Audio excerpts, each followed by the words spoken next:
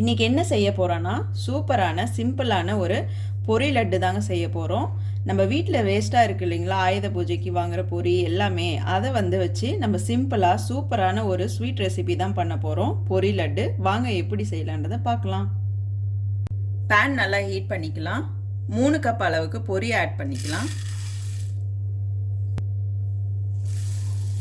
3 cup add பண்ணியாச்சு. லைட்டாக roast பண்ணி விட்டுக்கலாம். நல்லா ரோஸ்ட் ஆயிடுச்சு. இந்த அளவுக்கு ரோஸ்ட் ஆனால் போதும். இப்போ இதை வேற பிளேட்டில் மாற்றிட்டு ஃபைன் பவுடராக அரைச்சி எடுத்துக்கலாம். இப்போ அதே பேனில் 1/2 கப் அளவுக்கு வேர்க்கடலை எடுத்துருக்கேன். லைட்டாக ரோஸ்ட் பண்ணிக்கலாம்.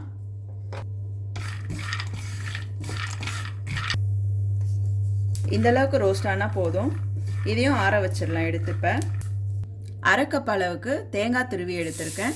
இதை லைட்டாக ரோஸ்ட் பண்ணி எடுத்துக்கலாம்.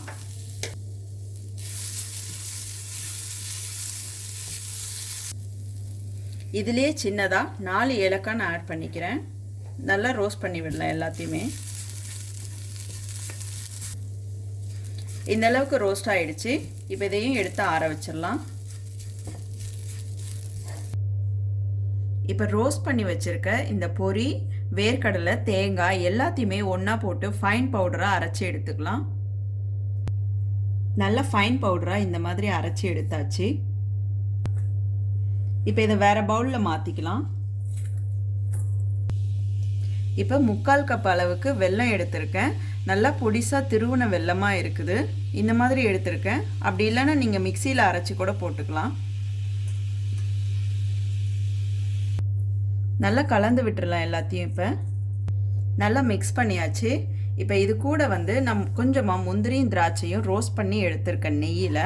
அதை இது கூட ஆட் பண்ணிக்கிறேன். இந்த நெய் எல்லாம் முந்திரி எல்லாம் சேர்த்து நல்லா கலந்து விட்டுக்கலாம். இப்போ மிக்ஸ் பண்ணி விடலாம். அந்த மாதிரி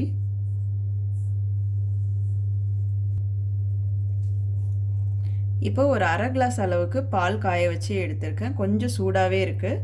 இதை இது கூட மிக்ஸ் பண்ணி விடலாம். லைட்டாக கொஞ்சம் கொஞ்சமாக தேவைக்கேற்ப ஆட் பண்ணிக்கலாம். நம்ம இப்போ நல்லா கலந்து விட்டுக்கலாம். இதை இந்த அளவுக்கு நல்லா மிக்ஸ் பண்ணியாச்சு. இப்போ உருண்டை பிடிக்க ஆரம்பிச்சிடலாம். இதை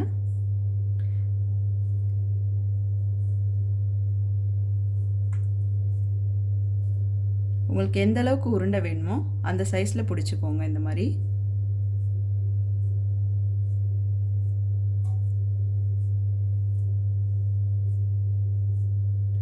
இந்த அளவுக்கு உருண்டை பிடிச்சிக்கலாம். சூப்பரான பொரி லட்டு ரெடி ஆயிடுச்சு. இந்த லட்டு நீங்களும் வீட்டில் ட்ரை பண்ணிட்டு எப்படி இருக்குன்னு கமெண்ட்ல சொல்லுங்க. இந்த வீடியோ உங்களுக்கு பிடிச்சிருந்ததுன்னா எங்க சேனலை சப்ஸ்கிரைப் பண்ணுங்க, லைக் பண்ணுங்க, கமெண்ட் பண்ணுங்க, உங்க ஃப்ரெண்ட்ஸுக்கும் ஷேர் பண்ணுங்க.